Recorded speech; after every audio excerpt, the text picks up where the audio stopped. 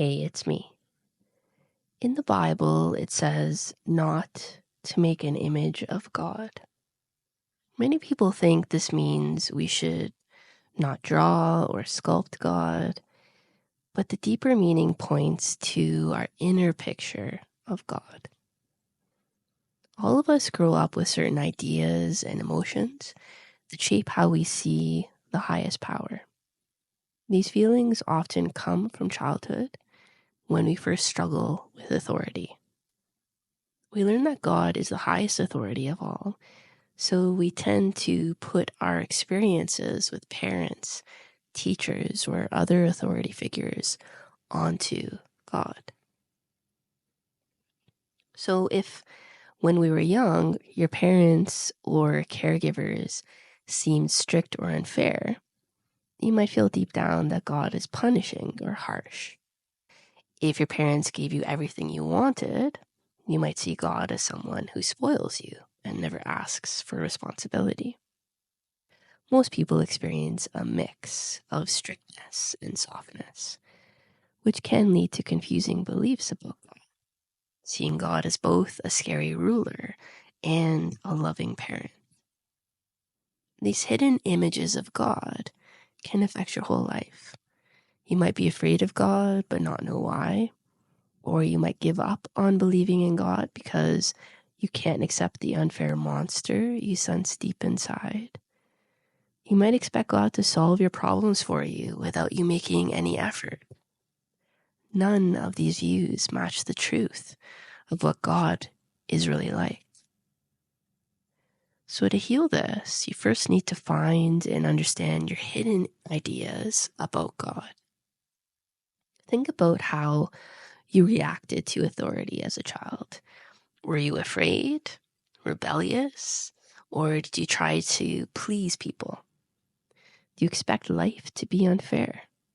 Do you think you can cheat the consequences of your actions? By exploring these questions, you uncover the emotional beliefs that hide in your mind. Once you're aware of these distorted ideas, compare them to a healthier view.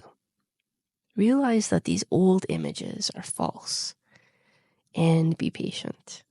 Your emotions may need time to catch up with what you now understand. If you notice parts of you still resisting, take a calm, honest look at your fear or reluctance. Remind yourself that God's laws don't trap you, they free you. You shape your own life through your thoughts, feelings, and actions. It can help to see God as a powerful force of life available to you, kind of like electricity. You can use electricity wisely to build and heal, or you can misuse it to harm. Now, that doesn't mean electricity itself is cruel. It means your choices matter. In the same way, God's laws let you choose which path you take. If you misuse the energy of life, you create negative results. If you use it well, you grow in love and wisdom. Seeing God this way frees you from the idea that you're a victim of a harsh ruler or dependent on a pampering parent. Instead, you realize you have freedom and responsibility. You can ask, how have my own fears, pride, or selfishness shaped my life? Where did I misuse my inner power? Recognizing these patterns shows you there is no real injustice, only cause and effect. Sometimes we feel deeply guilty about our flaws, which can make us deny them or sink into self-pity. If you see your mistakes instead as misunderstandings or childish efforts to protect yourself, it becomes easier to accept them and change. Don't be too hard on yourself. Focus on learning a healthier way. This attitude helps you face your shortcomings instead of running away from them. Over time, you'll see that God and God's laws are loving and fair, and then you always have the power to grow.